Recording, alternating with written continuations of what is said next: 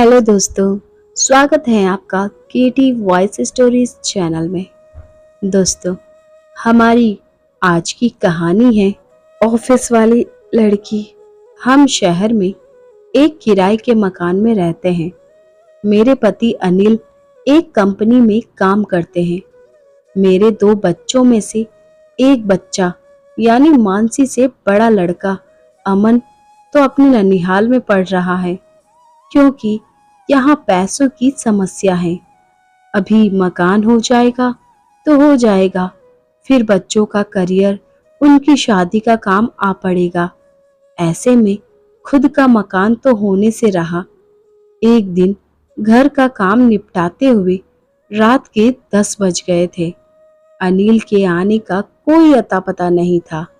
हालांकि उसने मुझको फोन कर दिया था कि उसे आने में देर हो जाएगी, सो मैं खाना खाकर दरवाजा बंद कर सो जाऊं, उसका इंतजार ना करूं। एक चाबी उसके पास है, वह आकर दरवाजा खोलकर जो कुछ खाने को रखा है खाकर सो जाएगा। यह जानते हुए भी मैं अनिल के आने के इंतजार में करवट बदल रही थी। मैं देखना चाहती थी कि अनिल उसके आने में कितनी देर होती है, जबकि बेटी मानसी सो चुकी थी। समय काटने के लिए मैंने रेडियो पर पुराने गाने लगा दिए थे, जिन्हें सुनते सुनते मुझे कब नींद आ गई पता ही नहीं चला। एकाएक मेरी नींद टूटी। अनिल अभी भी नहीं आया था। कोई काम धाम नहीं है, यह सब बहानेबाजी है, मैंने मन ही मन सोचा। दरअसल अनिल उस रीता के चक्कर में है जिससे वह उससे एक बार मिलवा भी चुका था। मुझसे वह घड़ी आज भी भुलाई नहीं भूलती। कितना जोश में आकर उसने परिचय कराया था। इनसे मिलो सरिता, यह मेरे ऑफिस में ही है, हमारे साथ काम करने वाली रीता। बहुत अच्छा स्वभाव है इनका। और रीता, यह है मेरी पत्नी सरिता। मुझको शक हो गया था, एक पराई औरत के प्रति ऐसा खिंचाव। और तो और बाद में वह उसे छोड़ने भी गया था। चाहता तो किसी बस में बिठाकर विदा भी कर सकता था, पर नहीं। मैंने उठकर रेडियो बंद कर दिया और सोने की कोशिश करने लगी। आखिर नींद लग ही गई। पता नहीं कितना समय हुआ कि मैंने अपने शरीर पर किसी का हाथ महसूस किया। मुझे लग गया था कि यह अनिल ही है। मैंने उसके हाथ को अपने सीने से हटाया और नींद में कहने लगी, सोने दो, नींद आ रही है। कहाँ थे इतनी देर से? समय से आना चाहिए। क्या करूं डार्लिंग, कोशिश तो जल्दी आने को ही करता हूँ। अनिल ने मुझको अपनी ओर खींचते हुए कहा, आप रीता से मिलकर आ रहे हैं ना? मैंने अपने आप को छुड़ाते हुए ताना सा कसा, इतनी अच्छी है तो मुझसे शादी क्यों की? कर लेते उसी रीता से। छोड़ो बीना, यह भी कोई समय है ऐसी बातों का? आज मूड अच्छा है, आओ ना। तुम्हारा तो अच्छा मूड है, पर मेरा तो मूड नहीं है। चलो सो जाओ प्लीज। मैं दूसरी ओर मुंह करके सोने की कोशिश करने लगी। तुम पत्नियां भी ना कब समझोगी अपने पति को?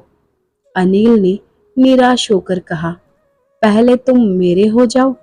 तुम्हारा ही तो हूँ बाबा, पिछले 12 सालों से तुम्हारा ही हूँ। सरिता, मेरा यकीन मानो तो सच बताओ, इतनी देर तक उस रीता के साथ ही थे ना? देखो, जब तक मैं उस कंपनी में था उसके पास था।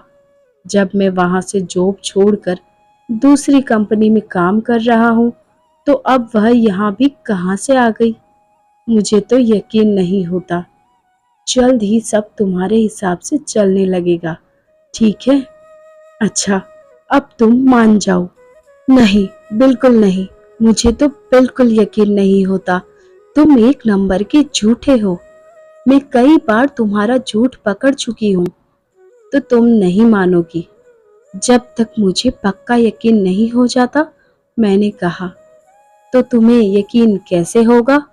बस सच बोलना शुरू कर दो और समय पे घर आना शुरू कर दो। अच्छी बात है, कोशिश करता हूँ। रंग में भंग पड़ता देख अनिल ने अपने कदम पीछे खींच लेने में ही भलाई समझी। वह नहीं चाहता था कि बात आगे बढ़े। वह भी करवट बदलकर सोने की कोशिश करने लगा। मेरा अनिल के प्रति यही रवैया नहीं था। दरअसल कुछ महीने पहले की बात है।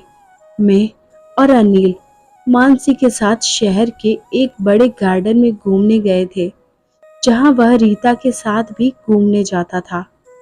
वहां से वे अपने परिचित भेल वाले के यहाँ नाश्ता करने के लिए चले गए। भेल वाले ने सहज ही पूछ लिया था कि आज आपके साथ वो छोटे हेयर कट वाले मैडम जी नहीं हैं। बस यह सुनते ही मेरे तन बदन में आग लग गई थी और घर लौटकर मैंने अनिल की अच्छे से खबर ली थी। अनिल ने लाख सफाई दी, पर मैं नहीं मानी थी। जैसे तैसे आगे ना मिलने की कसम खाकर अनिल ने अपना पीछा छुड़ाया था।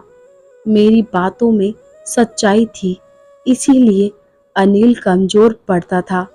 अनिल रीता के चक्कर में इस कदर पड़ा था कि वह चाहकर भी खुद को रीता से अलग नहीं कर पा रहा था। अब एक ही रास्ता था कि रीता शादी कर ले और अपना घर बसा ले।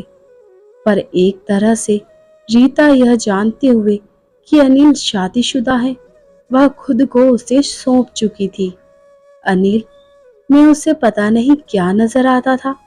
यहाँ तक कि जब मैं गांव में कुछ दिनों के लिए अपनी माँ के यहाँ जाती तो रीता मेरे घर आ जाती और फिर दोनों मजे करते। पर मुझको किसी तरह इस बात की भनक लग गई थी, इसलिए मैंने अब माँ के यहाँ जाना कम कर दिया था। मैं संबंधों की असलियत को समझ नहीं पा रही थी, क्योंकि जहाँ एक और मैं माँ बनने के बाद अनिल से प्यार में कम दिलचस्पी लेती थी या लेती ही नहीं थी, वहीं दूसरी ओर अनिल अब भी मुझसे पहले वाले प्यार की उम्मीद रखता था। उसकी तो इच्छा होती थी कि हर रात सुहाग रात हो, पर जब मुझसे उसकी मांग पूरी नहीं होती तो वह रीता की तरफ मुड़ जाता था। इस तरह अनिल का रीता से जुड़ाव एक मजबूरी था, जिसे मैं समझ नहीं पा रही थी। मैंने रीता वाली सारी बातें अपने तक ही सीमित रखी थी। मेरे सामने यह जो रीता वाली उलझन है, इसे मैं खुद ही सुलझा लेना चाहती थी। अगले दिन अनिल ने काम पर जाते हुए मेरे हाथ में 500 रुपए रखे और मुस्कुराते हुए मेरी कलाई सहलाने लगा। मैंने आंखें चौड़ी की। अनिल सहमते हुए बोला, जानू, आज साप्ताहिक हाट है, सब्जी के लिए पैसे दे रहा हूँ, भूलना मत, वरना फिर रोज आलू खाने पड़ेंगे। यह कहते हुए टीवी देख रही मानसी को प्यार से अपने पास बुलाते हुए उसने शाम को आइसक्रीम खिलाने का वादा किया और अपने बैग को थामते हुए बाहर निकल गया। मैं दरवाजा बंद कर अपने काम में जुट गई। कामकाज खत्म कर मानसी को पढ़ाई की हिदायत देकर बड़ा सा झोला उठाए मैं दरवाजा लॉक करके बाजार की ओर निकल गई। मुझे मानसी के चलते घर जल्दी लौटने की फिक्र थी। अभी मैं कुछ सब्जियां ही ले पाई थी और एक सब्जी का मोलभाव कर ही रही थी कि किसी ने पीछे से कंधे पर हाथ रखा। मैं पलटी तो एक अजनबी औरत को देखकर अचरज करने लगी। तुम सरिता हो ना? उस अजनबी औरत ने मुझको हैरानी में देखा तो पूछा, जी, पर आप कौन? अरे रमा दीदी, आप? दरअसल आपको जोड़ी में देखा तो झड़प में मैंने रमा दीदी के पैर छू लिए। सही पहचाना तुमने। कितनी कमजोर थी तुम पढ़ने में। जब तुम मेरे घर ट्यूशन लेने आती थी, इसी से तुम मुझे याद हो, वरना एक टीचर के पास से कितने स्टूडेंट पढ़कर निकलते हैं, कितनों को याद रख पाते हैं हम लोग। आशीर्वाद देते हुए रमा दीदी ने कहा, मेरा घर यहाँ नजदीक ही है, आइए ना, घर चलिए। मैंने कहा, नहीं नहीं, फिर कभी, अब मैं रिटायर हो चुकी हूँ और पास की कॉलोनी में रहती हूँ। लो, यह है मेरा विजिटिंग कार्ड। घर आना, खूब बातें करेंगे। अभी इस वक्त थोड़ा जल्दी है, वरना रुकती। अच्छा, चलती हूँ। मैंने कार्ड पर लिखा पता पढ़ा और अपने पास में रखकर सब्जी के लिए आगे बढ़ गई। मैंने तय किया कि मैं अगले दिन रमा दीदी से मिलने उनके घर जरूर जाऊंगी। मुझे लगा कि रमा दीदी मेरी उलझन को सुलझाने में मदद कर सकती हैं। अगले दिन सारा काम कर मैं मानसी को पड़ोस में रहने वाली अपनी सहेली के पास छोड़कर रमा दीदी के घर की ओर चल पड़ी। घर पहुंचकर मैंने डोर बेल बजाई तो दरवाजा खोलने वाली रमा दीदी ही थी। आओ सरिता, कहकर अपने साथ अंदर ड्राइंग रूम में ले जाकर बिठाया। रमा दीदी ने पूछा, कहो, क्या बात है सरिता, सब कुछ ठीक ठाक है? जिंदगी किस तरह चल रही है? तुम्हारे मिस्टर, तुम्हारे बच्चे? मैं फिर जो शुरू हुई तो बोलती चली गई। रमा दीदी बड़े गौर से सारी बातें सुन रही थी। उन्हें लगा कि मेरी मुश्किल हल करने में अभी भी एक टीचर की जरूरत है। अपनी उलझन बता देने से मैं काफी हल्का महसूस कर रही थी, जैसे कोई सिर पर से बोझ उतर गया हो। रमा दीदी ने गहरी सांस ली। उन्होंने कहा, मुझे गर्व है कि तुम मेरी स्टूडेंट हो। अपना सब्र बनाए रखना। ऐसा कोई गलत कदम मत उठाना जिससे घर बर्बाद हो जाए। आखिर यह दो बच्चों के भविष्य का भी सवाल है। तो बताओ ना दीदी, मुझे क्या करना चाहिए? मैंने पूछा। देखो सरिता, समस्या होती तो छोटी है, केवल हमारी सोच उसे बड़ा बना देती है। एक तो तुम अपनी तरफ से किसी तरह से अनिल की अनदेखी मत करो, उसे सहयोग करो। आखिर तुम बीवी हो उसकी। अगर वह तुमसे प्यार चाहता है तो उसे दो। धीरे धीरे सब ठीक हो जाएगा। रहा सवाल रीता का, तो इतना समझ लो कि इस मामले में जो भी मुझसे हो सकेगा मैं करूंगी। मैं अब आपके भरोसे हूँ दीदी।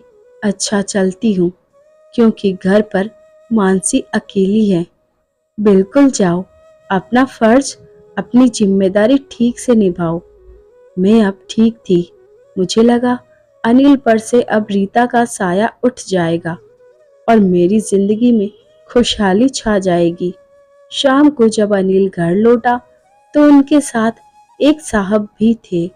अनिल ने मुझसे उनका परिचय कराया और बताया, आज जब मैं एक बड़े मॉल में ऑफिस के काम से गया था तो वहां पर इनसे मुलाकात हुई। इन्हें अपने काम के लिए एक मैनेजर की सख्त जरूरत है। इन्हें मेरी बातें पसंद आई तो कहने लगे कि तुम में मुझे मैनेजर की सारी खूबियां दिखती हैं। मैं तुम्हें अपने यहाँ मैनेजर की पोस्ट ऑफर करता हूँ। अच्छी तनख्वाह, फ्लीट, गाड़ी, सब सहूलियत मिलेगी। मैंने इनसे कहा कि अपनी पत्नी से बात किए बिना मैं कोई फैसला नहीं ले सकता, इसलिए इन्हें यहाँ ले आया हूँ। क्या कहती हो? क्या मैं इनका प्रस्ताव स्वीकार कर लूं? पहले तुम कुछ दिनों के लिए वहां जाकर सारा कामकाज देख लो, समझ लो, अच्छा लगे तो स्वीकार कर लो। मैंने खुश होते हुए कहा। मुझको यह अच्छा लगा कि अनिल कितनी तवज्जो देते हैं मुझे। आज पहली बार मुझे लगा कि अब तक मैं अनिल से बुरा बर्ताव करती रही, वह भी सिर्फ एक रीता के पीछे। और यह उलझन भी अब मुझे सुलझते नजर आ रही थी। अनिल वहां काम करने चला गया। रोज रात को मुझसे बात करने का नियम था उसका। मैं भी बातचीत में पूरी दिलचस्पी लेती। प्रतिदिन के कामकाज के बारे में मालिक के बर्ताव के बारे में वह सब कुछ बताता। नए मिलने वाले फ्लैट जो वह देख भी आया था के बारे में बताया। मैंने झटपट रमा दीदी के घर की ओर रुख किया। उन्हें अनिल की नई जॉब और वहीं शिफ्ट होने के बारे में बताया। रमा दीदी के मुंह से निकला, तब तो तुम्हारी सारी उलझनें अपने आप ही सुलझ रही है। सरिता, जब तुम लोग शहर ही बदल रहे हो तो रीता इतनी दूर तो वहां आने से रही। सब कुछ इतना जल्दी तय हुआ कि मेरा इस पहलू की ओर ध्यान ही नहीं गया। रमा दीदी के इस बात में दम था। एक तीर से दो शिकार हो रहे थे। अब इसके पहले कि रीता के पीछे अनिल का मन पलट जाए, मैंने वहां जाना ही सही समझा। फिर पूरी गृहस्थी के साथ अनिल ने शिफ्ट कर लिया। अपने बेटे अमन को भी अपने पास बुला लिया। मैं नए शहर में नया घर देखकर अवाक थी। ऐसे ही घर का तो मैंने कभी सपना देखा था। दोनों बच्चे तो यह सब देखकर चहक उठे। अनिल में शुरू शुरू में उदासी जरूर नजर आई थी। मैं समझ गई थी ऐसा क्यों है, पर मैंने अब अपना प्यार अनिल पर उड़ाना शुरू कर दिया था। एक शाम जब अनिल काम से घर लौटा तो बुझा बुझा सा था। अगले ही दिन दोपहर में कामकाज से फुर्सत पाते ही मैंने रमा दीदी को फोन घुमा दिया। तब रमा दीदी ने मुझे यह सूचना सुनाई कि रीता की शादी हो गई है। ये सुनकर मैं उछल पड़ी। थैंक यू, बस इतना ही कह पाई मैं, और मेरा फोन बंद कर बिस्तर पर बिछ गई। अब मुझे अनिल के बुझे चेहरे की वजह भी समझ आ गई थी, लेकिन अब सब कुछ ठीक हो गया था। कश्ती की गाड़ी बिना रुकावट एक बार फिर पटरी पर दौड़ने के लिए तैयार थी। तो दोस्तों, यह थी आज की कहानी। अगर आपको कहानी अच्छी लगी हो तो अपने दोस्तों के साथ शेयर जरूर करें। चैनल पर नए हैं तो सब्सक्राइब करें, साथ में बेल आइकन को प्रेस करें ताकि न्यू स्टोरीज का नोटिफिकेशन सबसे पहले आपको मिल सके। Thanks for watching.